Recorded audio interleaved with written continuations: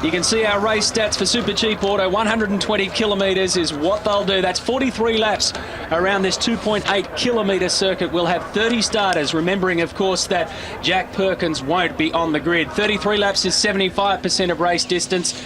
The pit window 14 to 28, and that is for tyres only. And just take a look at the conditions, Neil Crompton. Absolutely fantastic. They've been that way since practice all the way throughout qualifying. The big question, of course, is can Ford finally do it here at Pukekohe? Already they've got one man on pole. They've got 6 in the top 10, including Russell Ingall, the enforcer, in position number 9. And Daniel Gibson caught up with Russell. Russell Ingall, the boys at Stone Brothers are very, very pleased having cars up on the front here at Homeland New Zealand. Absolutely. I mean, to have both cars in the top 10 is a big achievement for any team, and especially when the top 10 are only covered by 0.2 of a second. Now, Ross has asked you to stay around next year, I'm led to believe. What's Russell Ingall likely to do? You know, a bit of gossip. Yeah, well, we've had some prelim discussions, and he wants me to hang around for another year. Well, he's indicated that anyway, so it's a bit of a compliment. I must be doing something right. Look, we've still got a little way to go. I mean, it's only early in the year, and at the end of the day, look, I still want to win races. I think I'm still capable of winning races and championships, and, we've got to find out what's the most competitive for both Ross and myself, and if that's me staying at SBR, well, we'll nut it out. You're going forward. Good luck in race 1. Thank you. Well, perhaps he gave just a little bit away there. Is the enforcer sticking around at SBR? I mentioned those conditions, Cromley. You've got to be blessed when you get these all the way throughout the race weekend. That looks as though it could be that way tomorrow as well. Been beautiful weather here just south of Auckland for the last few days, and these are ideal racing conditions, and so we'll see very good lap speed out of these cars while they've got good tyre condition. Later in the afternoon, track's begun to rubber up, so I'm expecting a ripper race. Don't forget, as we've seen, even crystal clear conditions here at Pukekohe can still mean chaos, and I think we're going to get a bit of that in the 43 laps ahead.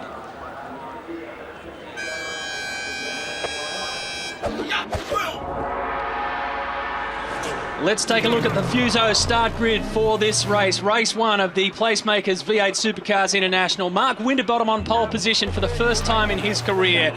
And Garth Tander, the second front row start of the year for him. There's Stephen Richards and Rick Kelly in positions 3 and 4. Whincup and Scaife have 5 and 6. And here is James Courtney and Craig Lowndes, who had pole position back here in 2005. For James Courtney, they had to use their third tyre set late in the second period of qualifying, so he effectively went into the final period of qualifying down on firepower because he had to recycle a tyre set, but he will be very effective in the race. Remember the time he did in the second period. Quite incredible, isn't it, to see the teammates ganging up here and ending up side by side. That's happened with Tasman Motorsport and Jim Beam Racing. Back to Team Kiwi Racing we go. Paul Radicic, car 021 from position 15. John Bow from 17. There's Jason Bright, Fujitsu Racing in car 25. Will start from 18th. Lee Holdsworth dips out of the top 10 in qualifying for the first time this season. He'll start from position 19, and we saw the problems that Paul Dumbrell had. Congratulations to Cam McConville for start number 100 in the championship. Good on you, Cam. There's Max Wilson in 23 and Fabian Coulthard in position 24. Down the back of the grid we go to find Andrew Jones and Jason Barguana, who had an absolutely hair-raising ride in practice. I was there to watch that come over the top of the hill, and Shane Price and Brad Jones in positions 27 and 28. And the back of the grid belongs to Alan Gurr and Paul Morris from Team Sirame Wines.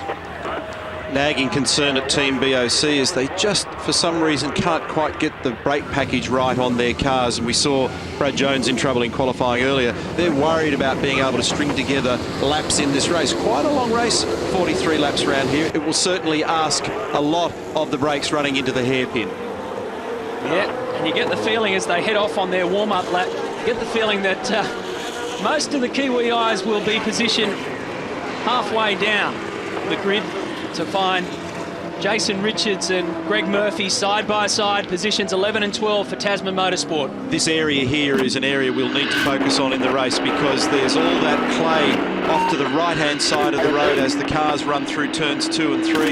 Anybody that runs off there, and that's been a pretty popular activity this year and in years gone by, will drag dirt onto the circuit. That in turn means they could well go off. This man did down at turn 4, Paul Dumbrell, one of the many carrying an onboard camera for us this weekend. thanks to Super Cheap for Paul Dumbrell. And this is the run onto the back straight. Jason Bright in the borrowed Brad Jones Racing Ford Falcon. It's got the Brightech running gear around the BJR chassis. And Jason Bright's well positioned in this field, together with Jason Barguana and his teammate Max Wilson. They're running for WOW and WPS. Max I spoke to just 15-20 minutes ago, and he's looking forward to this race. They continue to make progress with the car.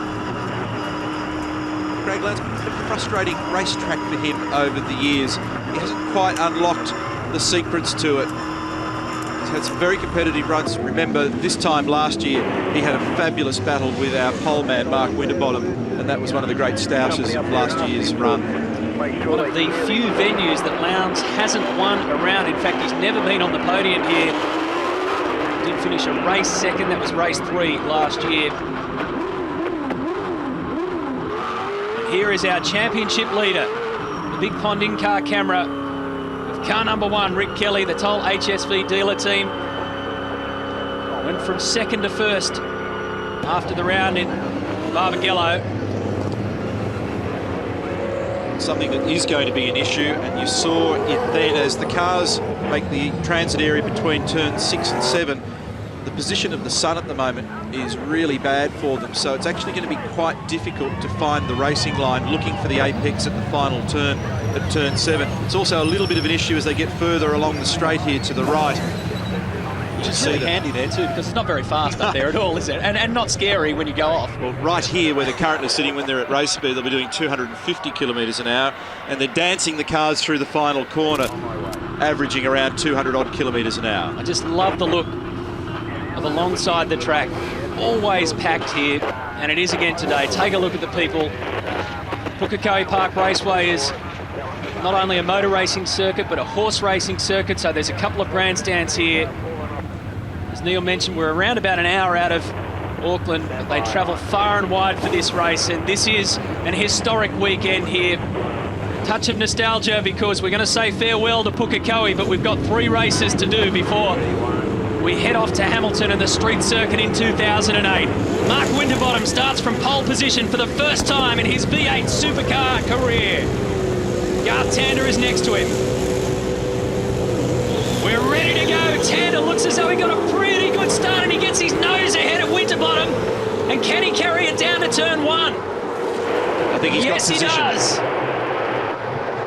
So Tander in the VE Commodore slots straight into position number 1. Trouble in the back of the pack.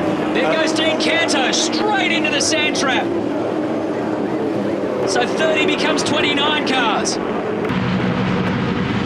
Tander, just when you thought he looked as though he had it bogged down, but he was right on it, right at the right time, and he's pulled ahead of Winterbottom, who now has to gather his thoughts. Here we go, down the back straight.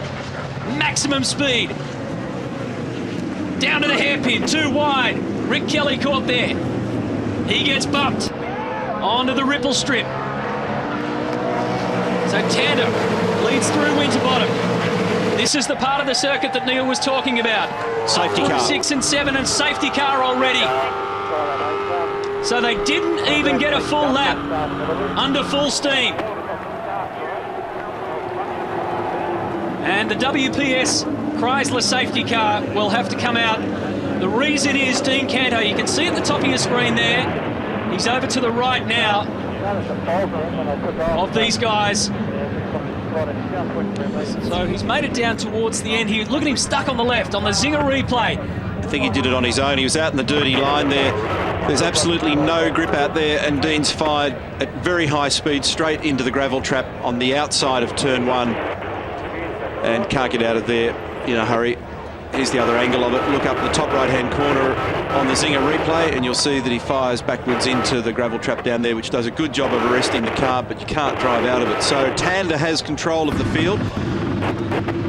The WPS Chrysler safety car had to do a bit of fancy footwork to actually sneak through the pack there and get in front of Garth Tander. They're asking him to back out of it so that we didn't get the field all out of sequence. And the tractor is called upon. Only half a lap into the first of these 43 laps that we've got. The Xbox 360 leaderboard. Well, at the moment, it just shows that Tander's in front and the rest have all just slotted behind the WPS Chrysler safety car.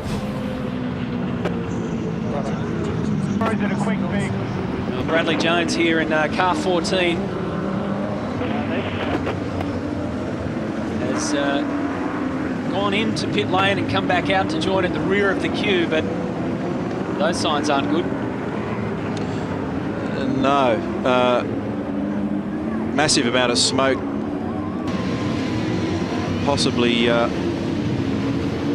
the lines come off that car and they've got an oil leak. It sounds like the car's running okay, but I'm sure we'll get on top of that for you shortly. But caps off a pretty ugly weekend so far for Brad Jones.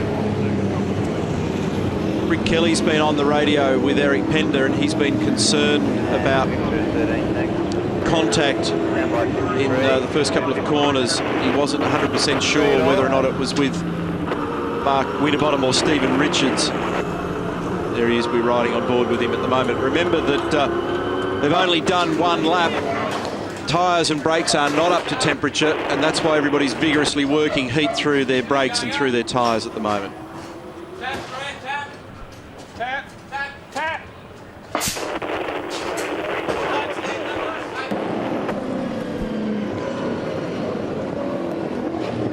So they've managed to retrieve Dean Canto's car. Gary Rogers Motorsport, Valvoline Cummings, Commodore car 34 rejoins there at the back of that.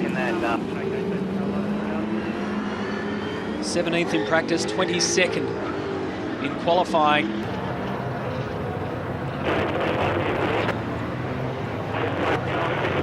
And it peels off. Bradley Jones has been forced into pit lane. Here we go again.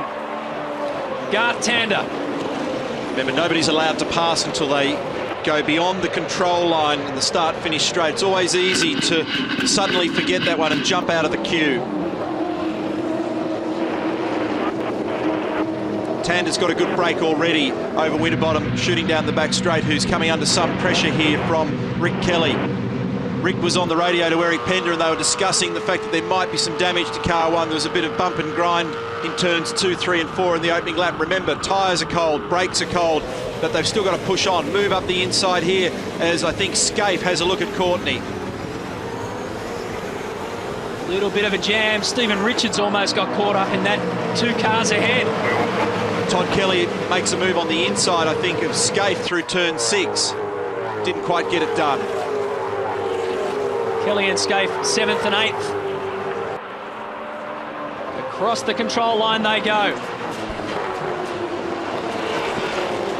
Tander, Winterbottom and Kelly. So Rick Kelly, despite a little bit of a slide out there at turn 1, Rick Kelly managed to make up 1 spot in that start. That was Lowndes. Big oversteer moment through turn 1. Whincup's having a nibble at the back of Stephen Richards here as well. This is the little pack that's interesting. Fastest lap of the race so far, Mark Winterbottom. Courtney well positioned, looking to feint a move on the outside. He'll crisscross under brakes here. Have a look at Winterbottom as well. Whincup runs defensive down the inside, also looks to make a move on Richards and gets the job done up the inside.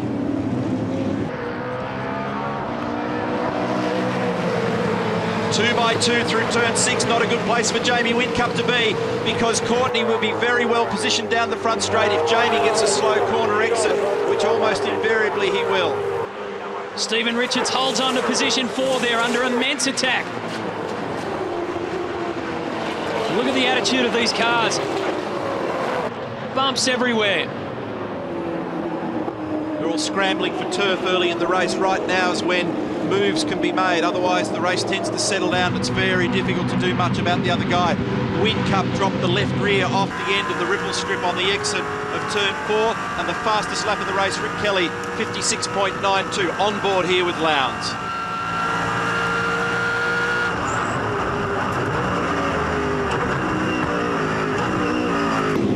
Just amazing, isn't it? Crunch, crunch, crunch down to the hairpin. Back down through the gears. Fastest split to the second sector for Garth Tander, on target for the quickest lap so far. This is Jamie Whincup. He's currently in 5th position. Bit of a gap brewing from Kelly back to Stephen Richards. 56.92, Rick Kelly, I mentioned before. 56.6 for Stephen Richards' fastest lap of the race.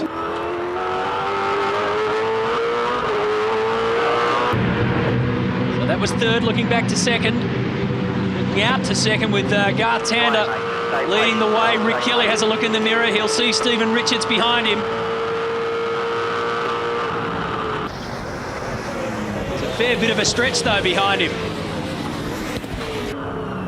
As this group of engineers and drivers teams come to terms with the new brake package for 2007, this is a pretty tough track on brakes, particularly under brakes, of course, into the hairpin. I'll be curious to see how everybody's brake performance runs as they build heat and get deeper into this race.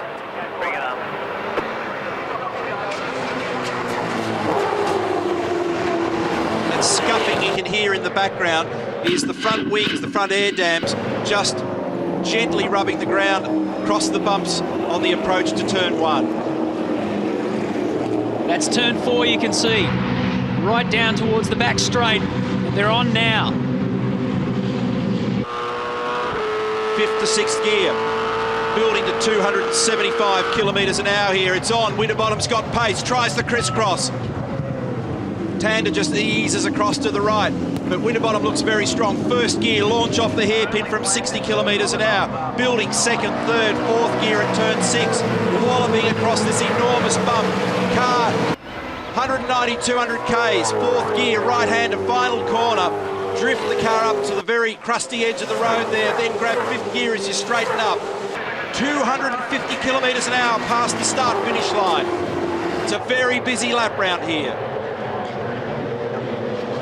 It's an awesome lap, and Garth Tander has control of it at the moment. 56.47 is the fastest lap. Again, it goes to Stephen Richards, who's in position 4. Tander's saying that the reason he's feeling a little bit weak at the moment is the tyre pressures hadn't quite come on. He just said to Matthew Nielsen, yep, they've come up now. So I expect that he'll be able to do a little bit more about the attack from Mark Winterbottom. Courtney, he's 6th at the moment, battling with Whincup. And now they've started to catch the top 3. Look at Courtney having a look at the outside of Whincup. We know that Courtney's got a strong car. We saw evidence of it in period 2 in qualifying, but he didn't get the benefit of brand new tyres in the 3rd period. So he fought the best battle that he could to end up where he did on the grid. But now, of course, he doesn't have track position, and it's going to take a little bit of time to do something about the traffic in front of him at the moment. You're spot on with the tyres because of the leading group. Garth Tander just posted the fastest time over that last lap. He's got a 4/10 of a second lead over Winterbottom. Rick Kelly is 3rd, Stephen Richards is 4th. Then it's Whincup, Courtney, Scaife, Kelly. Todd Kelly, that is. Craig Lowndes in 9th and Russell Ingall 10th.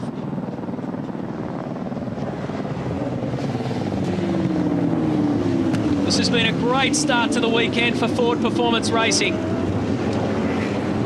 Frosty got his first ever pole position.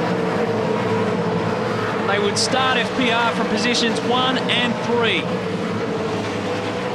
In fact, it was only the team's 4th pole since their inception in 2003. These guys are throwing it around.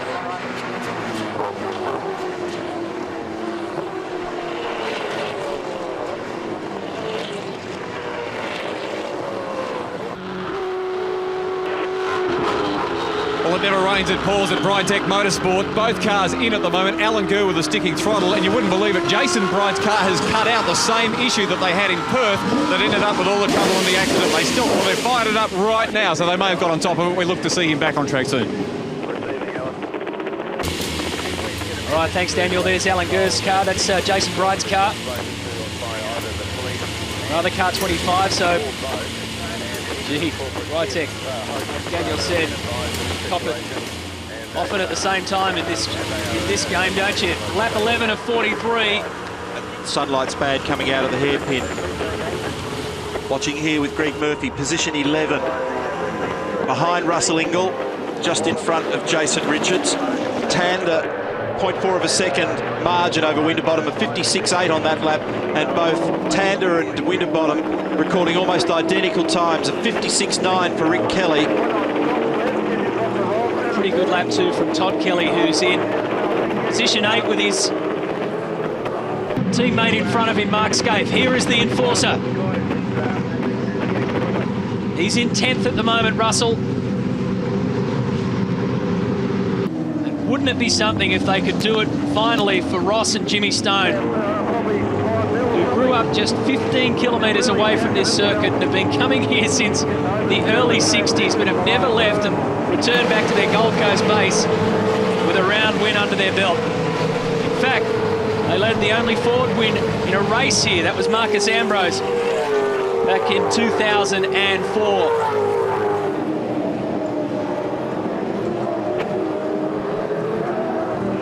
Jason, think about your brake fires.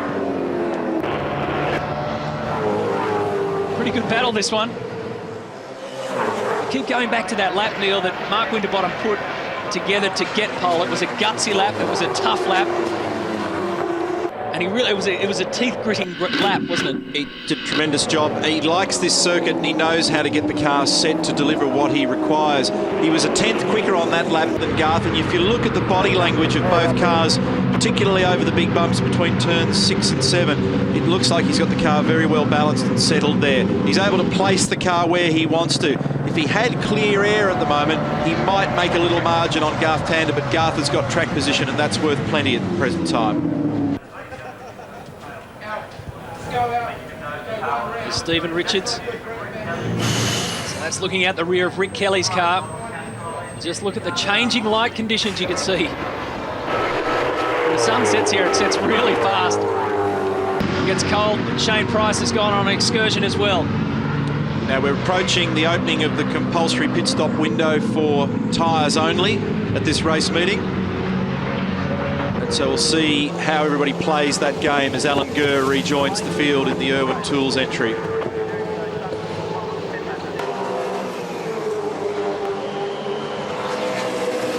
can see them starting to get set up now there in pit lane, and Garth Tander bringing a mountain of confidence into this race.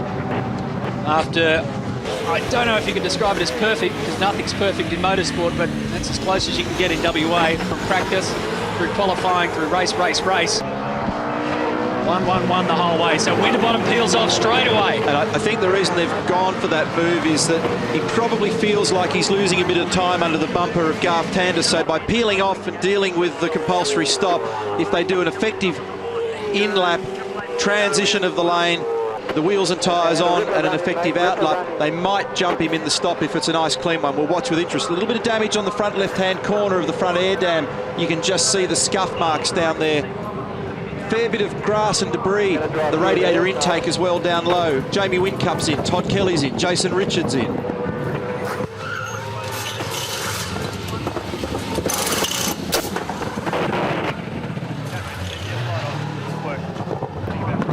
Well, there was no problems with that stop whatsoever for Mark Winterbottom. Going to bring Stephen Richards in this lap as well, as you'd expect. Those that didn't get processed this time will get done next time. One of the issues you've got to be careful of at this racetrack, with such a short lap length, the total time through the pit lane in here is about 42 odd seconds, and it's only a 56-second lap. If you're back in the field here, you can go a lap down really easy, and if the safety car came out, you can be trapped. Well, Mark Winterbottom has just come through and got a new set of rear tyres. Interesting for FPR Racing, they had an incident in WA where the stop board they were using by the car controller, Chris O'Toole, actually, Mark Winterbottom ran into it and injured Chris O'Toole. So what they've done is they've tossed that in the back of the truck, and they've come up with a new pole and a new sign so that the controller doesn't stand right in front of the car, and that's exactly what they're doing now as Stephen Richards comes in for a fresh set of rear tyres. 31. Good stop for Richo. They processed it very quickly then.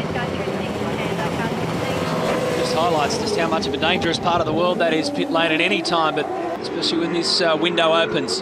Andrew Jones comes out. Paul Morris drops down. Oh. Well, the driver looked pretty calm about it, but I don't know if the guys really knew. This is Rick Kelly with lights on. He has the race lead at the moment. And where you feed back onto the track and who's around you and whether they cost you even as little as half a second can have a very big impact in these races. GT, Tanda about to be processed.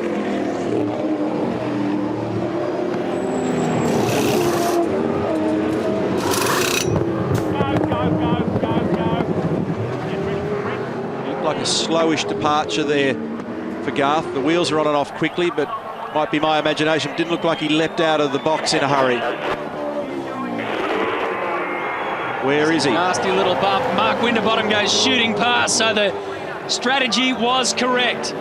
The position is now re-established. Look at this, Richo's on him and Garth's on cold rear tyres. So Stephen will be looking to get a very good exit here off 4 for the big attack at the end of the long back straight. Well, FPR are just over the moon. They are punching the air down here at the moment because they have had 2 lightning fast stops for their drivers, Mark Winterbottom and Stephen Richards, and they feel that Garth Tander getting out of the pits was just a little bit slow. The results are on the board, boys. Look at this, Garth to the inside. Stephen knew all about it and tries to get up on the outside. If you can pull it off, and it's a very difficult thing to do here, it gives you track position as you get to the left-hander at 6. Now Richo has a crack on the other side, tries to go the long way around. This is very hard work. Great racing. Awesome stuff from Stephen Richards and Garth Tander. Defence and attack. Attack and defence.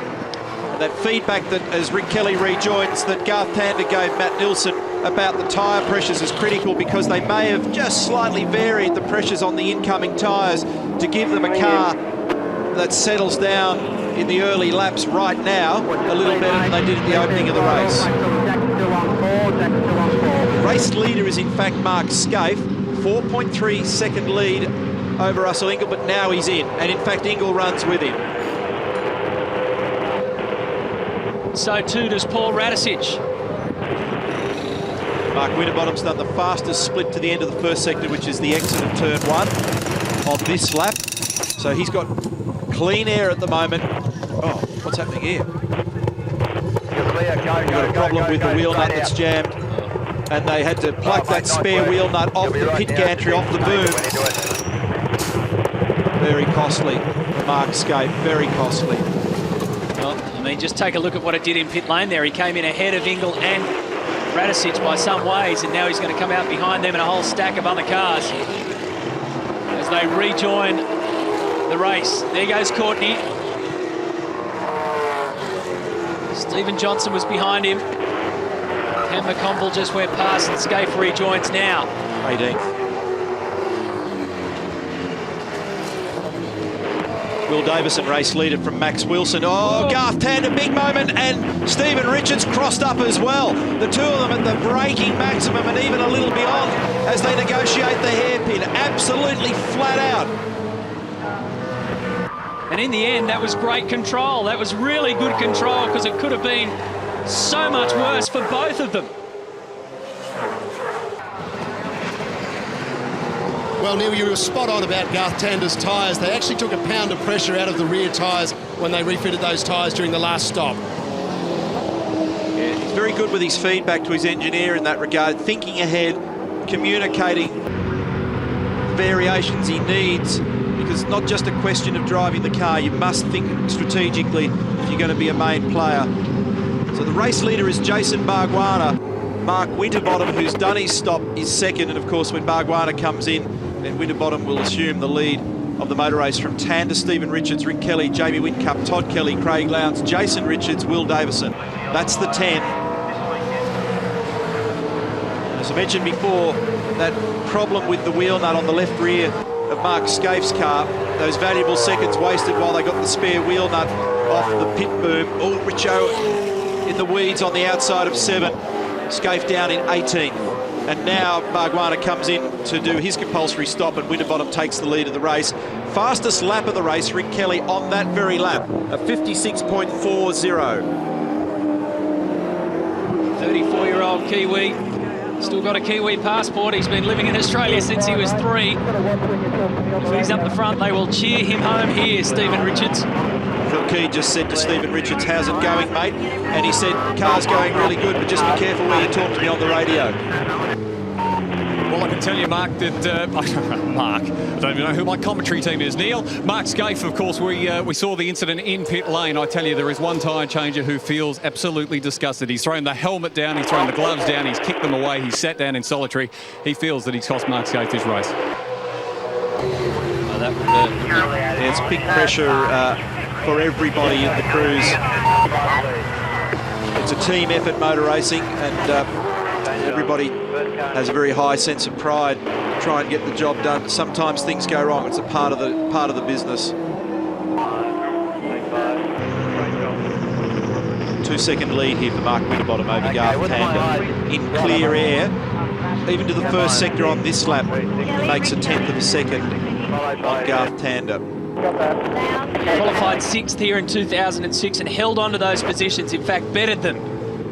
Had a 4th, a 3rd and a 3rd to finish 2nd overall, and as we mentioned earlier, it really was the coming of age of Mark Winterbottom in V8 supercar territory. As they come down this back straight, bashing and jumping and bobbling all the way down, Xbox 360 leaderboard. Mark Winterbottom leading the way. There's Jamie Whincup in 5th position.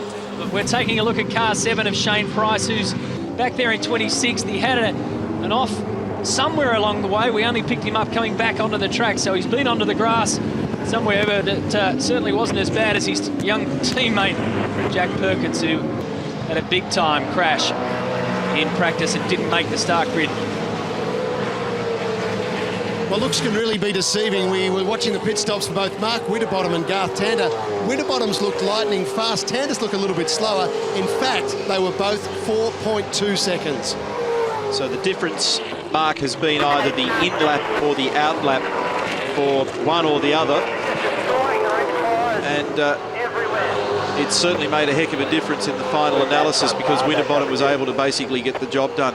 One driver who's disappeared, well, not disappeared, but dropped back in the order as a result of the compulsory stop was James Courtney. I wonder whether they had a slow stop or whether he just copped traffic somewhere in the sequence, because he's back there battling with Greg Murphy, who's currently on the radio as I speak, complaining about the left rear tyre really taking a beating in the car with too much oversteer. You can see here that he's being assaulted by Will Davison up into the hairpin. So the balance of the car not to Greg's satisfaction at the moment. These fellas are arguing over 11th and 12th in the field.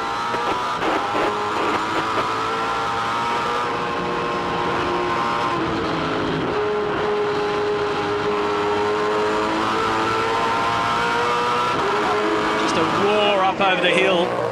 They've got some distance between them and Stephen Johnson. You look at Murphy in 11. Will Davison in 12, and then Stephen Johnson in 13, but he is quite a fair distance back.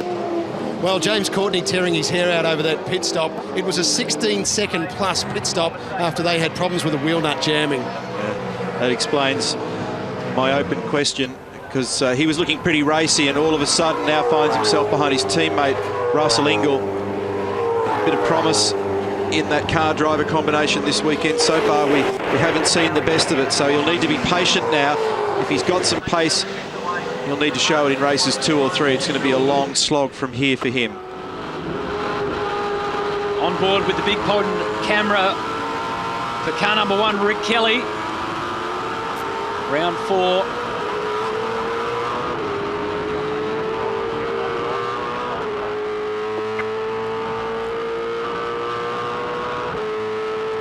This gives you a graphic look at how quick they are at the end of this straight and how much braking effort is required to stop for the hairpin.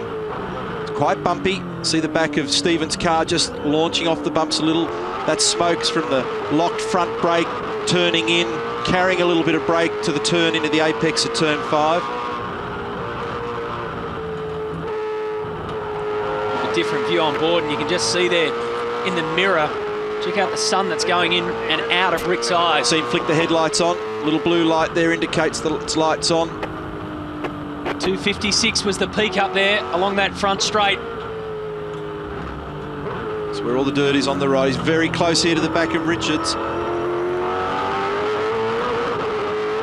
Watch for a move here as they get down to the hairpin. Looks like he might have a little more pace at the moment in a couple of places, Rick Kelly. Watch the speed. 277 clicks. That little bump there as there's two road surfaces joining is what upsets a few cars. That time Stephen couldn't get the car at the apex. Car understeering with the brakes on. Just running a little wide. Lowndes is on the radio. He's down the order a bit at the moment. He's having a bit of a battle with that car. I can pick up in his voice that he's not happy. Look at Rick. That's a great shot to show you just how much the cars oscillate around this track. They bounce. High-speed track. Damping control is really critical around here. Richo's pretty good. His mid-corner speed at turn 4 just keeps him marginally in front in the critical spot. He's actually a little weaker than Rick through turns 2 and 3, but he just sneaks through turn 4 with a little extra speed, maybe 1 or 2 kilometres, and it just keeps him in good shape by the time they get down here for the hairpin. Another puff of smoke. Richo, that's 3 times now that he's had a moment down there, and that was the widest of them. So he's really having trouble stopping. It's when he tries to stop and turn where he, what we describe, carries the brake, and as the car turns, it unweights the inside front wheel. It locks a little, and that makes understeer, makes him vulnerable, and now Rick bites on, latches on, and tries to make a move. Oh, this is some sort of fight. Stephen Richards is just holding on. Rick Kelly, we know. See where Richo just eases off here. For you. Andrew Jones and Jason Bargwanna will try and sneak through on the inside. I was going to say, we know that Rick's only young, but he is, of course, the defending series champion, and he's got so much patience. Side by side, Bargwanna and Jones will go. Scary prospect at that part of the track. You don't want to get loose on the left. A report that car number 18, Will Davison's got one of the windows starting to separate from one of the front doors on that car, so V8 Supercar officials are going to keep an eye on that one for you. And Craig Lowndes has gone back into position 15. Zinger replay, watch this. Poof, woo. That was very, very lucky for Andrew Jones. That was about as close as you want to go to having a major down there. Back to the battle. Just been taking a look at the lap times, Neil, over that last lap, and these guys have continued to throw down pretty much exactly the same, but in front of them, Garth Tander has put down a lap that's just a little bit quicker than the man in front of him, Mark Winterbottom. So there is plenty of pace on lap 31 of 43. You can see the window is now closed in pit lane. Things have settled down a little for Stephen Richards there. He gets the car pulled up nice and straight, gets it to where he wants it on the racetrack. Just eased off a car length or so from Rick Kelly. Here's the Zinger replay of the trouble that Craig Lowndes had. Woohoo, he couldn't pull it up. Looks like he was having a bit of trouble. I'd say he locked a brake down there. I heard him talking about locked brakes on the radio, and he was snatching at gears in the process. And here it is again, Zinger replay from the other angle. He had the presence of mind to take his foot off the brake pedal and get himself through the gravel out the other side. Bit of a rooster tail of gravel as he tried to gas it up out the other side and on his way. But down the order now, in 15th, behind Mark Skate, in front of Cam McConville. Simple mistakes around here, like most of the tracks we go to, but especially around here, it's such a high-speed circuit, can really turn you inside out and upside down. Mark Winterbottom has the lead. Garth Tander is second, and Stephen Richards and Rick Kelly continue their battle for third and fourth. That was Todd Kelly going through in position 6. Tander's getting closer to the back of Winterbottom. Here's that window I spoke about before for Will Davison. It is coming adrift on the passenger side. So Perspex material in the cars, race controller watching that. They may mechanical black flag that. Looks a bit dodgy, doesn't it? He just wants a bit of air. They get pretty stuffy inside these cars. Generally at least 15 to 20 degrees above the temperature of the day. Well, he's now got a room with a view, Neil, as you can see, with plenty of air coming in. I was just in with the team then, and they were deciding what to do. Dick took off the cans and said, don't do anything at all unless it's black flag. Yeah, you wouldn't come in unless you had to. Just wonder how it popped out. Might have been a little bit of push and shove somewhere in the traffic, just rattled the door. And there's some evidence of push and shove at the front there, just under the B in Jim Beam. So I think you've answered your own question there, Matty. Generally don't fall out on their own. No. So he's been squashed along the way somewhere. He's holding down 10th position at the moment. Here's Will Davison. His teammate Stephen Johnson is a couple back. Tander's all over the back of Winterbottom. The margin's closing. So his car's just looking a little stronger at this phase of the race, Tander, as he burns fuel off. Maybe just looked after his tyres a little better, or maybe his brakes are in slightly better shape. Whatever it is, he's able to really apply pressure now to the back of Winterbottom. This is the braking area for the hairpin. And it's still on between Stephen Richards and Rick Kelly as well. Very difficult task here. Oh, Richards, a mistake at the critical moment. Wheel spin for Rick Kelly as he launches off there in first gear.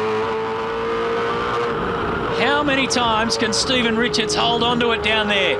Because Kelly is waiting to pounce. He's got a good corner exit here. He came off turn 7 a little quicker.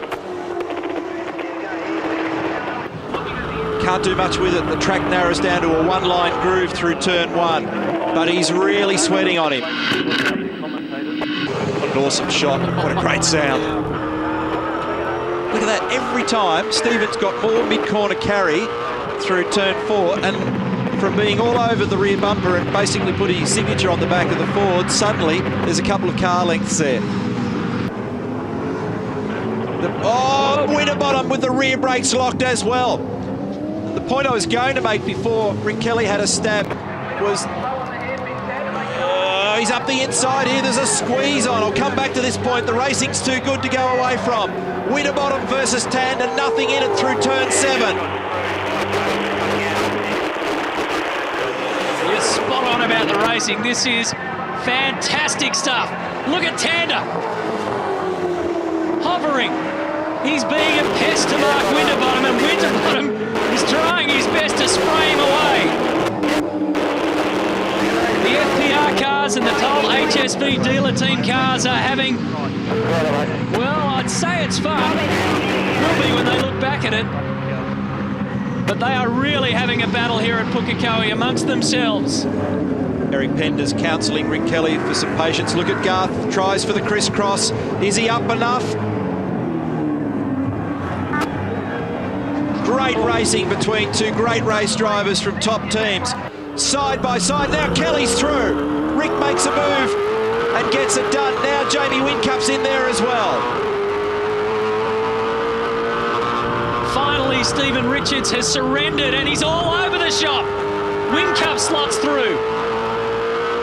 I'm sweating up. That was fantastic. You're sweating up. Can you imagine what Mark Winterbottom's doing at the moment? And Garth Tander. Through turn 2 they go. So the order has changed. Winterbottom still leads from Garth Tander. Rick Kelly is 3rd. Jamie Whincup is 4th. And Stephen Richards has gone from 3rd down to 5th. For the following driver, it's quite a task here, because a lot of hot air coming out from the preceding car, making brake temperatures even hotter, taking aero away from the front of the car. Now Tander has another go. He'll look to crisscross to the inside again, but they're both at their braking maximum. There's nothing left in it under brakes for either of them.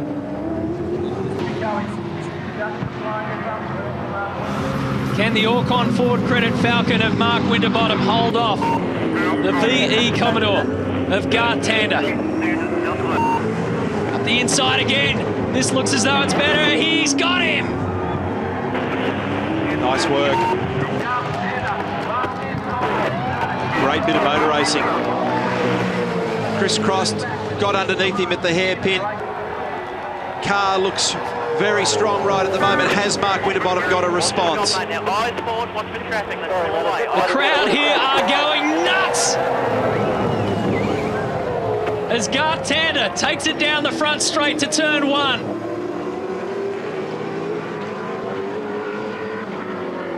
So the order is Tander, Winterbottom, Rick Kelly, Whincup, Stephen Richards, Todd Kelly, Jason Richards, Ingle, Courtney Davison.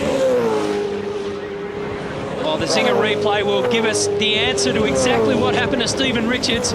Rick Kelly had been pressuring and pressuring and pressuring, and Jamie Whincup went along for the ride. The best bit was through turn 6 there, where Whincup was just out one wide on the rough bit of track with no grip and sliding. Stephen was sort of half out of control as well. The two of them were side by side. It was fantastic. Well, there's Kelly in third. There's Whincup in fourth. Richards is fifth. Todd Kelly there in sixth. Jason Richards has moved up to seventh. And Russell Ingall, James Courtney and Will Davison make up our top 10. Ooh. Debris and rubbish all over the road. What was all that? Whatever it was, it's in a million pieces now. There's Russell Ingall and Courtney, the two SBR teammates. Stephen Richards ran quite wide at turn 7, but I wondered what was clobbered up there. It might be a bit of styrene, a bit of foam or something on the road. Just outside the top 10, it's Greg Murphy 11th, Mark Scaife recovering from 18th up to 12th, then Stephen Johnson, Lowndes 14th, Radisish for Team Kiwi, Max Wilson, Holdsworth, McConville, Stevie Owen and Jason Bargwanna. Here's Courtney. And he's had better speed over the last few laps than his teammate Russell Ingall. A bit of a reverse play to what happened in Adelaide, when James and Russell had a pretty good go at each other. The passenger side window continues to flicker in the wind for Will Davison. And there's Greg Murphy, the MTA Tasman Motorsport Commodore, with Mark Scaife behind him in 12th. We're on board with Murph.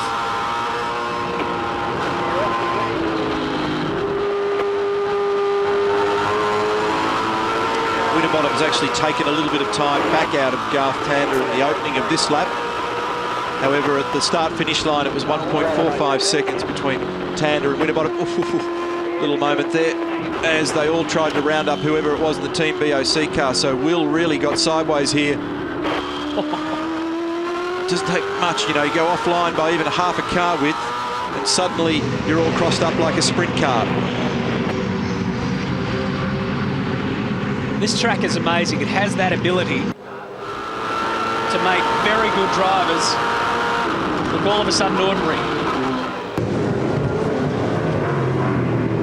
Scaife on Murphy. Done. Remember, Scaife recovering from the problem with the left rear wheel nut. That brings him up to 11th.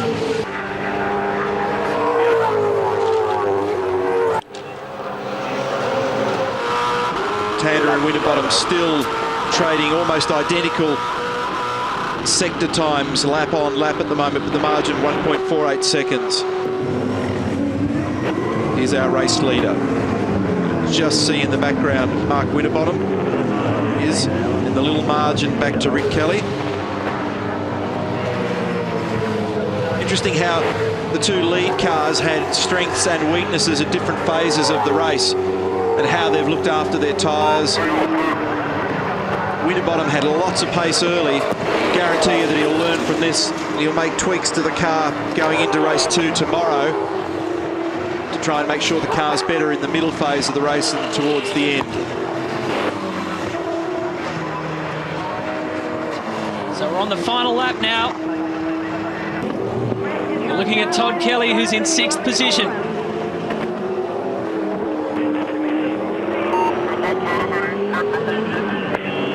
Out in front, we've got Garth Tander heading towards race victory here. He's had one win on this circuit. It came in race 2 last year, where he started this corresponding round from pole position. And you've got to remember what Garth Tander did in WA. He blitzed them from the word go. Could this be a repeat performance? Because he's kept his cool and he gets race 1. Mark Winterbottom in 2nd. Rick Kelly gets 3rd, and there Jamie Whincup 4th. Stephen Richards 5th. Todd Kelly just came across in 6th. Jason Richards in 7th. Ingall in 8th. Courtney 9th. And Mark Scaife will have a top 10 finish. 6 races down out of 37 this year. Garth Tander's won 4 of them. The only multiple race winner. Todd Kelly 1, Rick Kelly 1. Well, these guys would be exhausted. 43 laps. It's under a minute a lap. But the way they fought each other all the way through the field. Greg Murphy started in position 12. That's where he finished. And Garth Tander has a bit of celebration time again.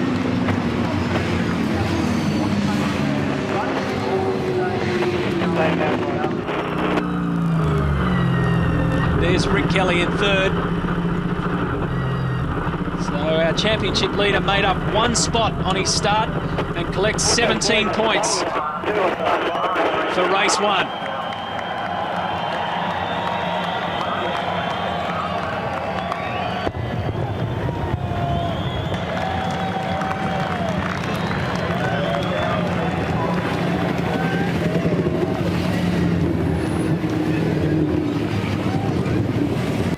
In they come.